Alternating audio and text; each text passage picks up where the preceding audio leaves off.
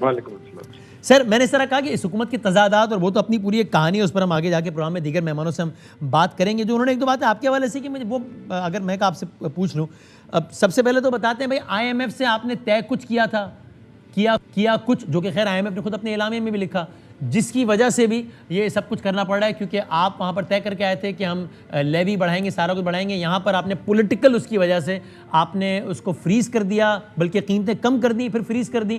یہ ساری ایک سرنگ آپ بچھا گئے جو کہ پھٹنی تھی ایک دن، اور اب یہ ہو گیا، یہ ساری سرنگ پھٹ گئی ہے. اچھا، میرا بڑا سادہ سا سوال یہ ہے کہ کیا یہ فیصلہ جب ہم نے اناؤنس کیا اس وقت تحریک عدم اعتماد پیش ہوئی تھی، یا کیا یقین سے یہ کسی کو معلوم تھا کہ پیش ہوگی، یا ٹی وی کے اوپر کوئی بہت زیادہ چرچا بھی ہو رہا تھا؟ بھیا جس وقت وہ فیصلہ عمران خان کر رہے تھے تو عمران خان تو یہی سمجھ رہے تھے کہ جون 30 تک بھی وہ وزیر اعظم ہوں گے، بلکہ جون 30 2023 تک بھی وزیر اعظم ہوں گے. تو وہ سرنگیں اپنے لیے بچھا رہے تھے کیا؟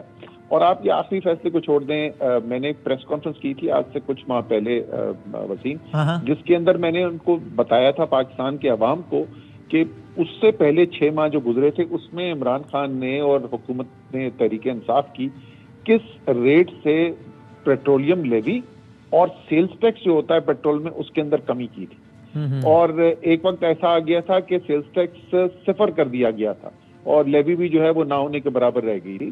تو فیصلہ اچھا ہے یا برا ہے اس کا بھی میں جواب دے سکتا ہوں، لیکن یہ کہ ہمیں پتا تھا کہ ہماری حکومت نہیں ہوگی اس لیے ہم کر رہے ہیں، یہ سوائے ایک مذاق کے اور کچھ اس میں وہ حوالے کے طور پہ یہ کہتے ہیں جناب خان صاحب نے خود اپنے انٹرویوز وغیرہ میں، پوڈ کاسٹ وغیرہ میں بھی کہا کہ جناب مجھے جولائی سے اندازہ ہو گیا تھا سازش شروع ہو گئی ہے، وہ تو انہوں نے کچھ پریمپٹ کیا اور پھر یہ سب کچھ کر دیا. ارے مطلب اب کہانی کو ربڑ کی طرح کھینچنے والی بات سازش ہونا. اور یہ میں آپ کو بتا دوں کہ عمران خان کو 1 ہفتے پہلے حکومت تک جانے سے پہلے تک جو ہے، اور بہت سارے لوگ یہ عمران خان کیا مجھے آپ شامل کر لیں، اس وقت تک یہ تھا کہ شاید حکومت رہ جائے گی. لیکن سنجیدہ بات یہ ہے کہ یہ جو فیصلہ کیا گیا تھا اس کی منطق بڑی سادہ سی تھی.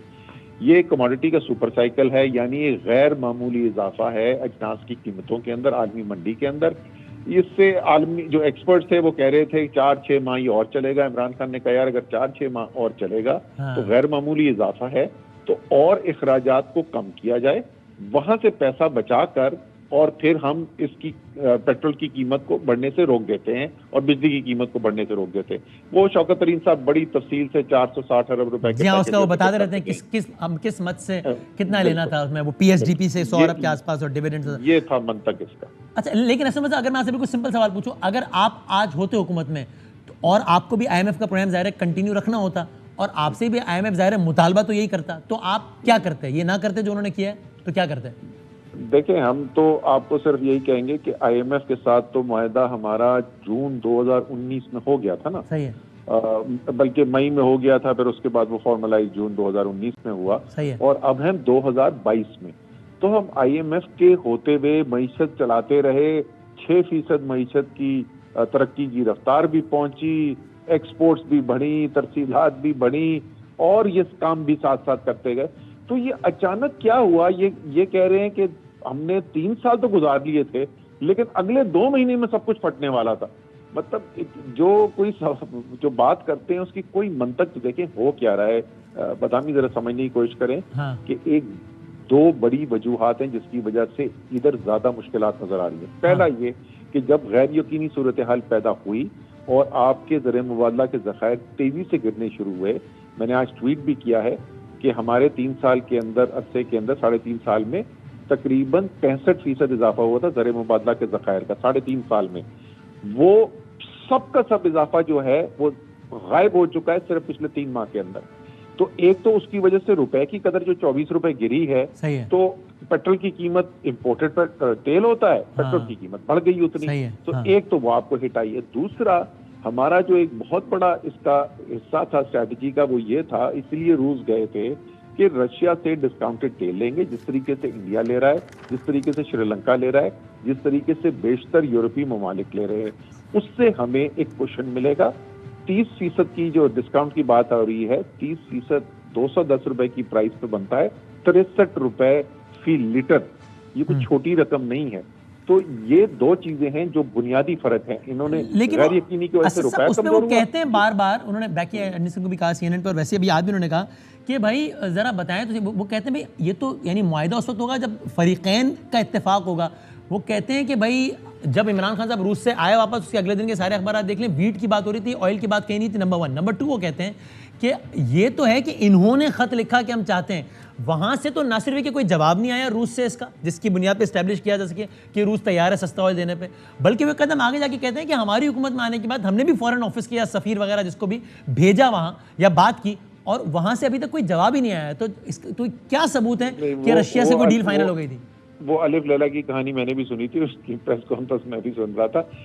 پہلی بات تو یہ ہے کہ وہ میٹنگ جو ہوئی تھی نا، سب سے پہلے ہوئی صدر پوتن اور وزیر اعظم عمران خان کی میٹنگ، 3 گھنٹے کی میٹنگ ہوئی، وہ 1-on-1 میٹنگ جی۔ جب وہ واپس آئے تو انہوں نے بتایا کہ جی یہ بات ہوئی ہے، ویٹ کی بات ہوئی ہے، گندم کی بات ہوئی ہے، تیل کی اور گیس کی بات ہوئی ہے۔ اس کے بعد کو 2 گھنٹے کے بعد میٹنگ رکھی گئی، ڈپٹی پرائم منسٹر آئے رشیا کے، میں بھی کمرے میں موجود تھا، ہمارے سامنے بات چیت ہوئی، تیل کی بھی بات ہوئی، گیس کی بھی بات ہوئی اور گندم کی بھی بات ہوئی۔ اس کے بعد وہ فالو اپ ڈسکشن ہوتی رہی، پھر انہوں نے کہا کہ اس کو ان رائٹنگ فارمل ریکویسٹ آپ بھیجیں، وہ خط ہے حماد اظہر کا جس کو لکھا جاتا ہے۔ تو پہلی بات اس کا جواب کیوں نہیں آیا پھر وہاں سے ابھی تک؟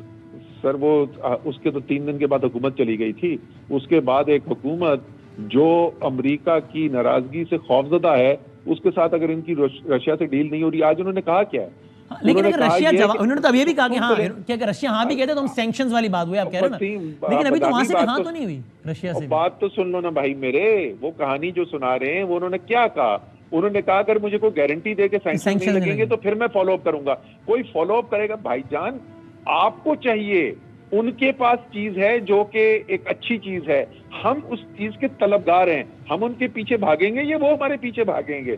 کمال کرتے ہیں۔ اچھا مجھے یہ بتائیے، 1 سیکنڈ کے لیے چھوڑ دیں حماد اظہر اور اسد عمر اور عمران خان کو بھول جائیں، یہ انڈیا کو کہاں سے تیل مل رہا ہے بھائی؟ یہ سری لنکا کو کہاں سے تیل مل رہا ہے؟